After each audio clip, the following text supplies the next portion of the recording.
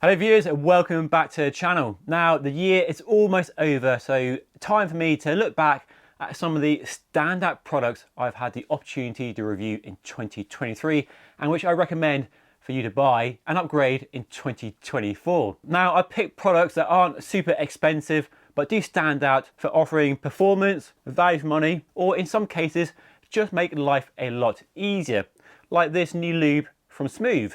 I love products that make life a lot easier, and top of my list this year is a brand new lube from Smoove. Well, not actually new lube itself, but the bottle is in. Now, applying lube to a bicycle chain can sometimes be a messy job. You have to be very precise and very careful to avoid getting it all over the kitchen floor. Now, this company's solution is quite clever. They have what they call the Luberator applicator. We have these two tabs that simply hold the chain in the right place.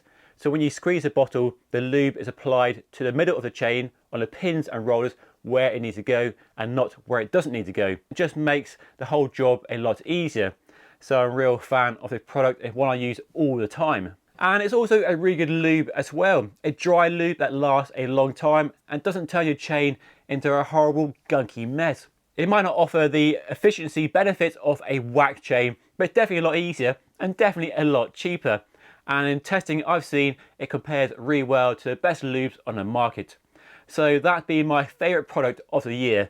Doesn't cost a lot of money, makes keeping your chain nice and quiet and well lubed a lot easier.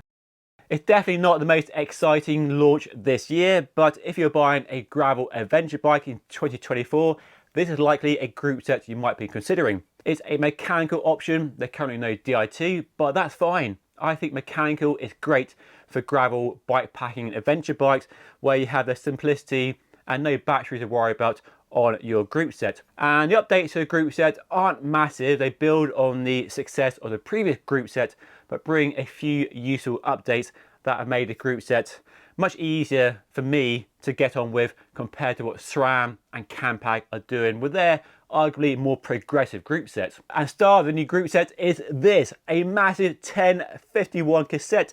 Look at the size of that, absolutely colossal, isn't it? But with this on your bike, you ride up literally any gradient, any hill, any mountain.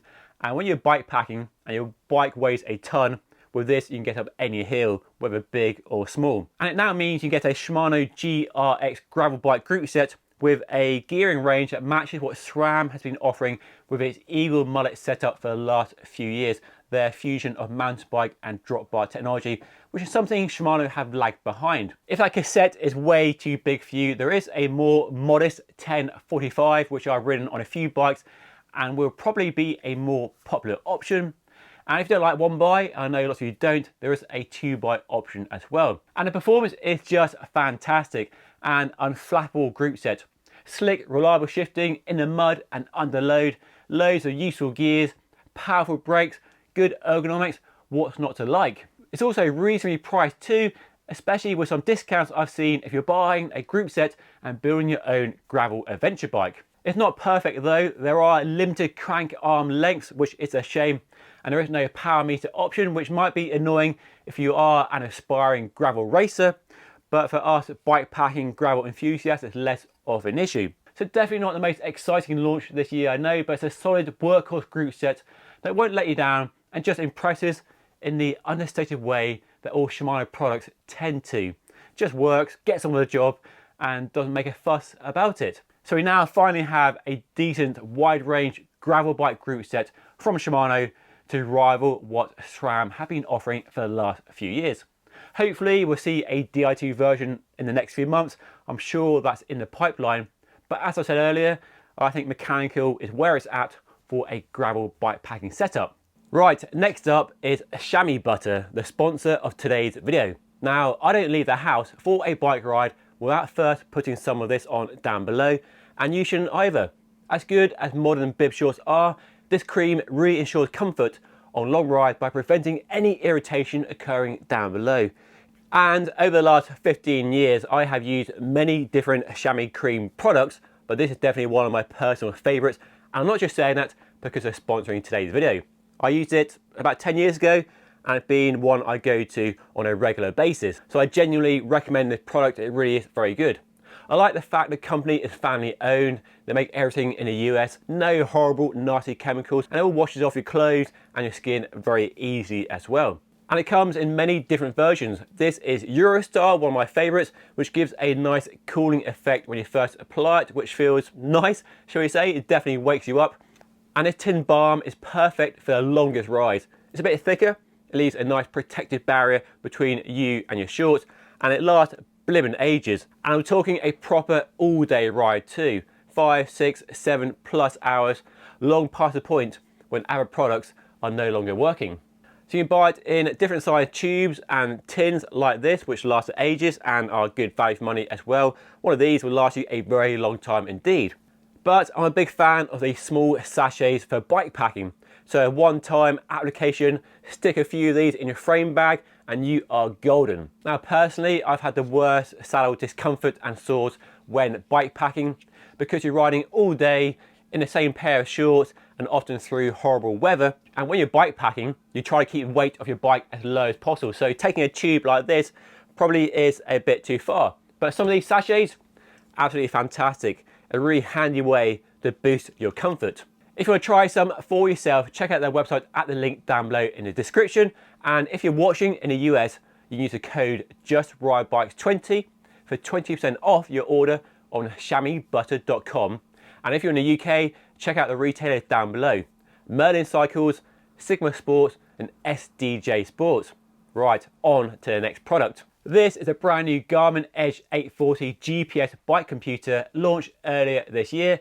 And I've been testing it for the last 6 months to find out if it can win me back over. I've long been a Garmin fan, right back to the original Edge 305, the 705, got a 130 there and a 820 I think that is.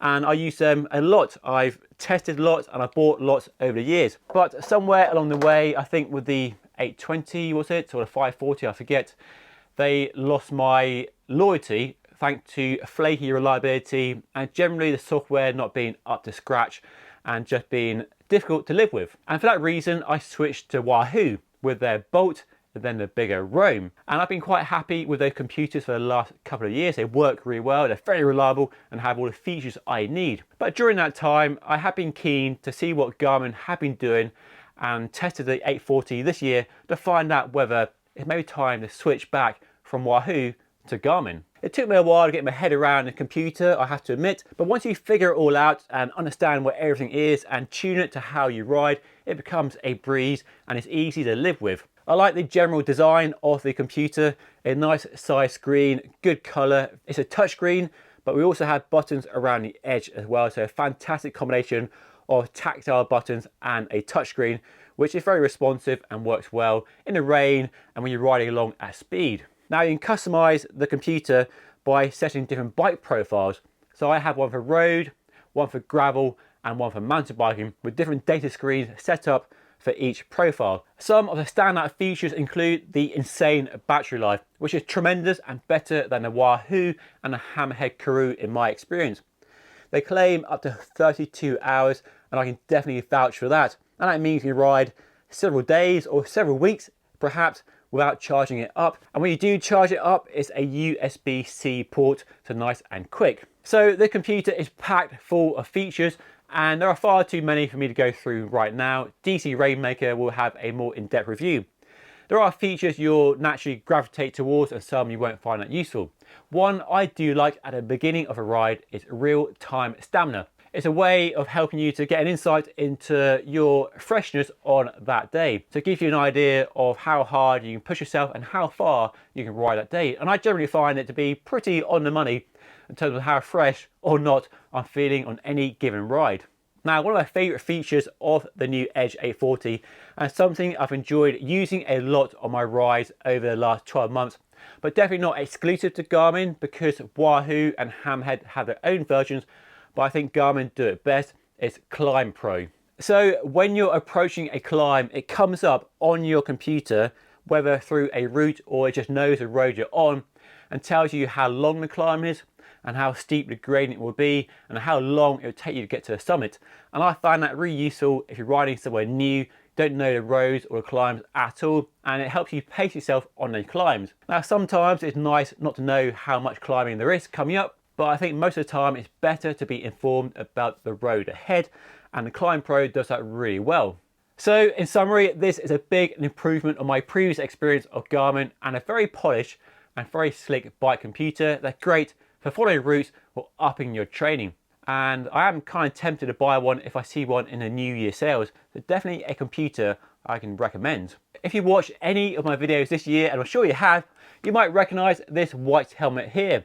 It's a brand new HJC Bellus helmet launched earlier in the year, and it's become my favorite helmet for one simple reason: the retention system. It makes life a lot easier. There's no dial here, no adjusting the retention system. It's auto adjusting. So simply put it on your head, it auto adjusts your head size and shape, and off you go. It's a small detail, I know, but I love the simplicity it offers, and I'm all about products that make life a lot easier. And in my personal opinion, it's a good looking helmet as well. Comes in different colors, but white is best. Wind tunnel tested, lots of vents, and it works well in hot weather with good ventilation through the air channels. It's a good fit, which is now improved over previous HJC helmets with a wider, rounder shape that I find is similar to a Specialized or Gira helmet for reference. You can pop your glasses into top vents there when you're climbing, so you don't get sweat all down there and ready for that descent. And we now have something designed to boost safety inside the helmet called SLID, their version of MIPS essentially, to deal with the rotational forces when you have a crash. So that is nice feature to see. And all the padding inside is generous and deals with sweat really well. And it's a small reflective detail on the back as well. So a helmet that doesn't cost an absolute fortune, is lightweight, well vented, looks smart, comes in different colors, and should boost your safety as well. So that's my helmet of the year. I can highly recommend that. Over the last few years, I've become a big fan of 3D printed saddles from Specialized and Physique. The comfort is just out of this world. They are insanely good, but also insanely expensive. One of the few actual genuine game-changing products of the last few years, but expensive, as I mentioned. And one of the concerns I see a lot from people with these saddles is the open nature of the 3D honeycomb along the top. I never had issues with it personally, from mud going inside it or snagging or wearing out my shorts.